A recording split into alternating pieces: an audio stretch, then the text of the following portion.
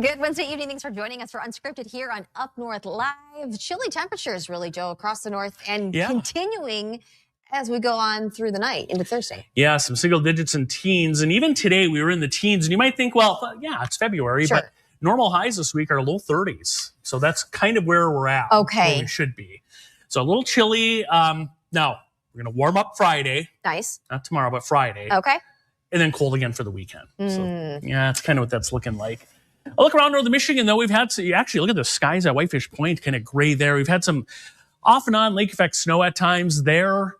Drummond Island, if you look closely in the Traverse City camera, though, off to the west, you can see a touch of sunshine there as the sun goes down here across northern Michigan. Here's a look at those temperatures. Teens to around 20 this evening, and all that cold air crossing over the Great Lakes has led to some lake effect snow, and we still have that. We're still dealing with some of that, but this should start to end tonight as our wind starts to shift around. So our forecast overnight, single digits and teens, lake effect snow diminishing, and we could see a few breaks in the clouds as the night goes on. We'll have a full look at that forecast a little later. Governor Whitmer delivering her final state of the state tonight in Lansing, laying out her priorities for the last year before she leaves office. Up North Live's Remington Hernandez takes a look back. While it may sound like a report on how Michigan is doing, the state of the state is often a blueprint for what the governor wants to see done. From early on in her tenure, the governor has made several promises to Michiganders. From her 2018 election campaign slogan of fixing the damn roads to boosting electric vehicle use and updating civil rights laws. She's had 7 years now to do her best to carry out on those promises. So they haven't always happened immediately, but I don't think she's laid out unrealistic promises. Some of her biggest promises were kept. It was just this past year her aspirations for road funding were realized, working with the legislature to approve billions in dedicated spending. On guns, lawmakers passed a red flag law and safe storage regulations. The legislature further passed a distracted driving law and a ban on smartphones in classrooms. Michigan's longstanding abortion ban was also repealed, and the legislature expanded the Elliott Larson civil rights law to add more work and housing protections for LGBTQ plus Michiganders. She hasn't laid out any big audacious policy goals that I recall during her state of the state. So it is more, let's move the needle in incremental ways to make existing programs better in her eyes and, the goals that she wants to achieve. But not all promises came to fruition. Whitmer was not able to achieve a rebate for electric vehicles. A pledge to make her office and lawmakers' offices open to public records requests also fell through. While gay marriage remains the law of the land, Whitmer's push to repeal Michigan's dormant ban did not materialize. An effort to lower insulin costs similarly died in the legislature, as did attacks on vaping products. It's a bit of a thankless job. Not only we've focused internally on the legislature, but you also have to look externally. While it might be a tough report card, we have to recognize that there were difficult times to navigate through the last 7 years. Underscoring that, Whitmer's plans on economic development and the climate, for example, were implemented, but it's still too early to tell their overall impact. We will hear new priorities tonight, but we do know some older priorities will also be renewed as well. At the Capitol in Lansing, I'm Remington Hernandez reporting. And as a reminder, you can stick with Up North Live News tonight. We'll have complete team coverage of the governor's final State of the State address. You can tune in to Up North Live News starting at 11. The speech gets underway, though, tonight at 7 p.m., and you can watch a live stream right here on the Up North Live Facebook, YouTube, and X pages. That brings us to our question of the day here on Unscripted. With the governor's State of the State address set for this evening at the Capitol, what would you like to see Governor Whitmer prioritize in her State of the state address. Go to our website, UpNorthLive.com. You can even scan that QR code right there on your screen. You can also leave your comments on our Facebook page, Up North Live. We'll check out those poll results on our website and comments on the Facebook page toward the end of the show. Munson Healthcare in Traverse City is looking to invest in cardiac care after it received a donation of $1 million. This gift was from Traverse City residents Richard and Deborah Pasco. Munson says Richard Pasco, who worked as a periodontist in Northern Michigan for more than 40 years, was also a lifelong supporter of local health care before his death last November. Michael Strom, Munson Foundation's leadership giving officer, joins us tonight to break down what this means. Michael, thank you. We appreciate you taking the time to join us. Melissa, thank you for having me. I want to start with, obviously, this is exciting news for Munson. February, of course, is Heart Health Awareness Month, so this donation truly comes at the perfect time. It does. And really, advances in heart care happen quickly, and the $1 million donation really allows us to continue investing in the newest technologies and treatments so patients can receive state-of-the-art, life-saving cardiac care close to home. And that was my next question. What does this donation actually mean for cardiac patients with Munson Healthcare? Trying to keep that care close to home for them. Yeah, and really, this gift will have far-reaching and lasting impact on the impact of cardiac patients across Northern Michigan for many years to come. And will the donation be focused primarily on the cardiac patients who are with Munson Medical Center? Does this cover hospitals associated with Munson Healthcare across the region? While Munson Medical Center is the hub of our cardiovascular program, the impact of the gift will be really system-wide. Nice. Through the Weber Heart Center and the Traverse Heart and Vascular Network. Mm-hmm. Cardiac patients across the Munson Healthcare communities will benefit from this gift. And, this is one thing that I know I have done multiple reports on when it comes to cardiac care being the #1 killer of men and women. Why is this so critical to put this money towards this type of health care? Well, as you said, heart disease remains the leading cause of death for both men and women. And so making continued investments in cardiac care is essential. Mm-hmm. Gifts like this one allow us to bring cutting-edge diagnostic treatment options and life-saving interventions to the region, directly improving outcomes and saving lives. Will this bring more cardiac physicians, cardiologists into the area, to Munson? I'm not sure. I mean, we are definitely always looking for more cardiologists in the area. And really, this money is going to be going into a sustaining fund. Mm-hmm. So that will continue to, be able to purchase equipment and training and bringing physicians here for years to come. And the family behind this donation, can you tell me a little bit about them, why this was important for them to make this happen? Absolutely. Yeah, Rick and Debbie Pasco are longtime Northern Michigan residents. And as you said at the beginning of Rick served both Traverse City and Cadillac as a periodontist for more than 40 years and was a lifelong supporter of local health care. Before his passing in November of 2025, I got a chance to meet with he and Debbie. And what he told me was that he was really inspired by fellow donors and their neighbors in Traverse City of Bob and Pauline Young, and to make a legacy gift that would really strengthen heart care in the region, just as the Youngs have done. What do you want people to know? Any cardiac patients out there facing health scares or any difficulty with their heart to know about this donation? Just know that it is going to allow us to continue to bring some of the best, most cutting-edge cardiac treatments to all of these patients. And the last thing I really want to say is that this legacy gift from the Pasco family is an extraordinary example of how individuals can shape health in our community. And we're always happy to talk to anyone who's considering their own current or future giving and how that might make a difference. Michael, beautifully said. Thank you very much for taking the time to speak with us. Phenomenal story there. Obviously, a huge donation going to Munson Healthcare when it comes to cardiac care. For more information about this story, you can check out our website, UpNorthlIve.com.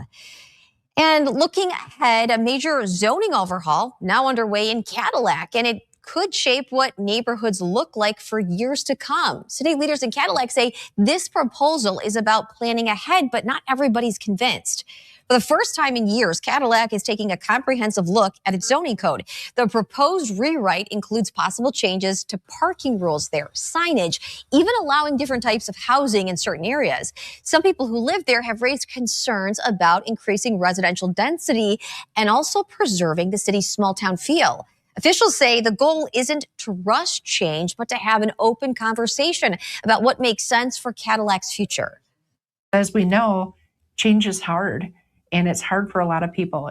But we still want to continue that characteristic of what Cadillac is, and also the historical district and the type of homes and all that. City leaders in Cadillac say community feedback will ultimately help shape what the final version of the zoning code looks like and what Cadillac becomes in the years ahead. There's a new addition to parking at Cherry Capital Airport in Traverse City, just in time for those spring break travels. The economy lot is now available for $11 a day with more than 360 new parking spots for travelers. The new lot is separated from the terminal shuttles, and they're available to bus people both to and from the lot. We have, about 100 cars using it so far and today, and so it's been great.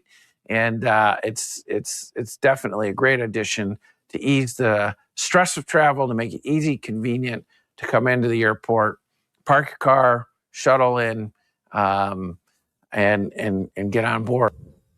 The lot is available for use now with shelters out there to keep travelers out of the winter weather, which are still under construction. All right, speaking of that weather, stay with us. Chief Meteorologist Joe Charlevoix takes a look at what you can expect as we inch farther into the week, coming up after the break. I'm Jada Johnson from Big Boys TV, and the Fish and Game Report is sponsored by Johnson's Propane.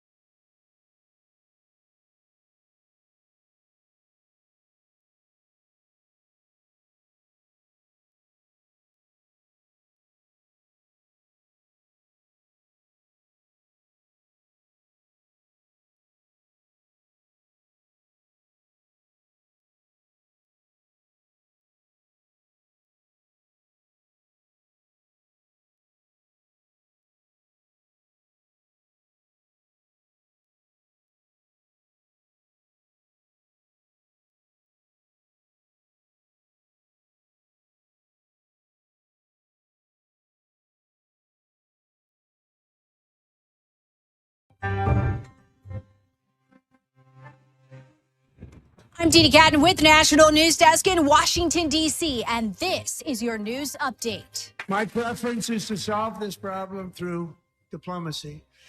But one thing is certain, I will never allow the world's #1 sponsor of terror, which they are by far, to have a nuclear weapon. Can't let that happen. American F-22 Raptor fighter jets have arrived at an Israeli Air Force base as the U.S. ramps up pressure on Iran to try to curb its nuclear program. President Trump says Iran has not yet promised to never have a nuclear weapon. Iran has accused Trump of lying, but also said they may make a deal. Another round of negotiations is set for tomorrow in Geneva. The U.S. has lifted all remaining shelter-in-place orders for Americans in Mexico. Flights are now operating normally in Guadalajara, and additional flights are being added for Puerto Vallarta's airport. Tourists in cities like Cancun were temporarily trapped when cartel violence broke out Sunday following Mexico's killing of a drug lord. And the Justice Department is suing UCLA, claiming the school allowed a hostile work environment for Jewish students and staff.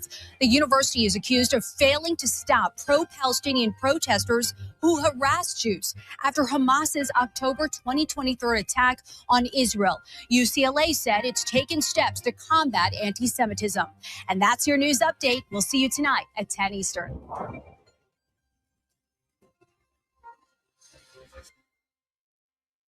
And just a reminder, the National News Desk can be seen on ABC 29 and 8 on Saturday night at 11:30 and Sundays at midnight. All right, it's time to take a look at that weather again. Joe, really the story is chilly temperatures, where that's what's going on. Yeah, a little cold and a little warm up as we head toward the end of the week. Okay. So just for one day on Friday. Let's take a look. We have one county under an advisory. That is Luce County. So you see the purple areas to the north. That is where for like 15 more minutes, not even, winter weather advisory in effect until 7 o'clock tonight. That's for some of the lake effect snow that we've had in a few spots there. Temperatures tonight are chilly. We are in the teens. Some spots later tonight will drop down into the single digits. Alpena right now 20, 19 at Frankfurt, 18 at Beaver Island. And again, most spots down into the 5 to 15 degree range a little bit later tonight. But again, as you look at the wind direction right now, it's out of the northwest, more westerly here, but still crossing the open waters of the Great Lakes. So that is still setting up some lake effect snow. And you can see that right here, that band of snow. This is the main one right here from Charlevoix County, right across Otsego County, almost across the state here. And then some additional snow showers north of Alpena near Presqu'île. And then we've had some lake effect snow kind of running near the Whitefish Bay, Lake Superior shoreline into the Sault Ste. Marie area. But all of that should start to diminish tonight out ahead of this warm front that will roll through here later tomorrow. Now, that front is going to bring in a little bit of snowfall later tomorrow. It's not going to be much. And then a bit of a warmer day on Friday. So there's a look at snow showers diminishing tonight, the lake effect snow. Pretty quiet tomorrow morning. And then here's our next system. That's that warm front coming in from Houghton Lake north. You can see some of this light snow. Tomorrow afternoon or evening, this may be delayed a little later than what's shown here. But either way, that'll move on. And then Friday, a couple rain showers are possible as we warm into the 30s or many areas into the 40s on Friday. But it's not going to last very long because we are looking at some colder weather coming in quickly Friday night and then into the weekend. So a brief warm up Friday and then colder weather. There's the snow tonight, maybe another inch or two of lake effect snow. And then there's that weak system tomorrow. So, the high end, maybe 3 inches more around Sault Ste. Marie tonight, tomorrow, through tomorrow night. And as you get down here, Houghton Lake, Ludington, Big Red, very little, if any, snow expected for those areas. All right, 20s tomorrow for highs. Then we jump up Friday. There's the warm day. Even in the UP, above freezing, 40s, near 50 around West Branch, Mount Pleasant. And then look at what happens by Saturday. We're back into the teens and low 20s. Same thing as we head into Sunday. So it is going to be a colder Sunday. That being said, I do think the sun will be out Sunday. Mostly sunny, just cold as we look at it there at the weekend forecast. Tonight, lake effect snow diminishing, a couple breaks in the clouds. And then tomorrow, light afternoon or evening snow for the UP. And you'll end up in the mid-20s for most spots there tomorrow. Grayling 30, 27 at Rogers City. A little bit of light afternoon or evening snow expected. Upper 20s to around 30. And our last stop here, Frankfurt 32. Same thing right down the lakeshore. Pentwater 33, 35 at Clare. Our southern area is just a couple snow showers tomorrow. Upper 30s, mid 40s Friday. And then you see what happens heading into the weekend, the drop in temperature. I do think, though, some sunshine on Sunday, which would be nice. And that may carry over into Monday next week. And then a little warmer again by the middle of next week. We're back into the 30s and 40s. All right, thanks for that, Joe. Coming up, Sports Director Harrison Beebe breaks down some exciting high school hockey coming up this week for our area teams still left in the playoffs. We'll be right back.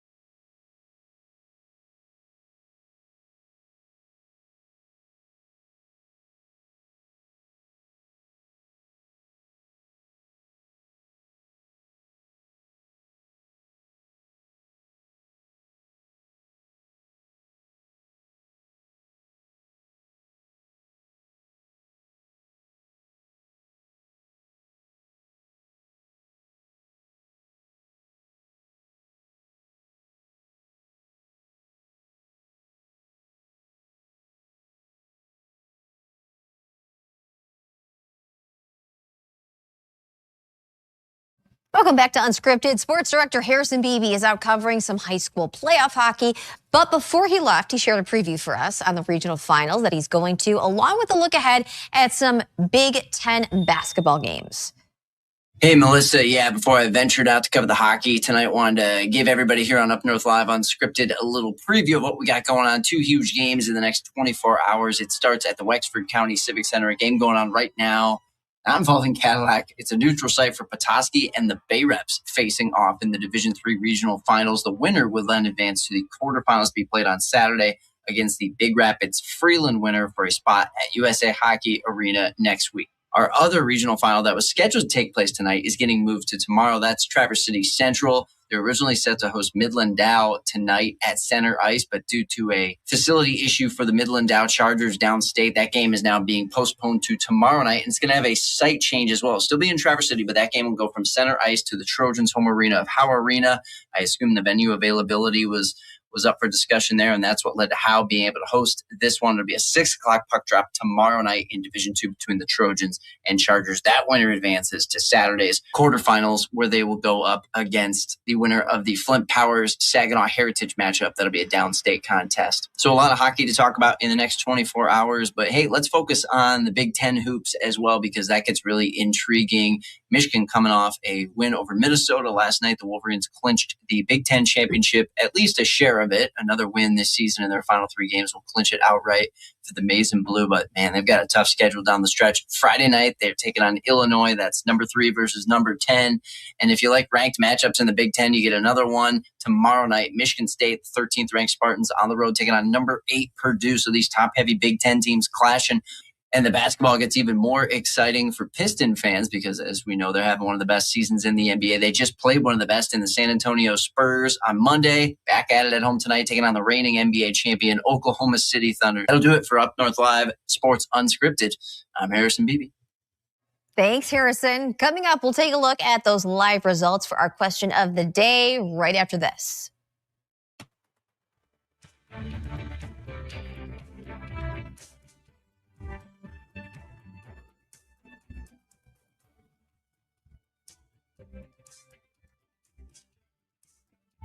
Salon services are furnished by Epiphany Advanced Academy in East Acme.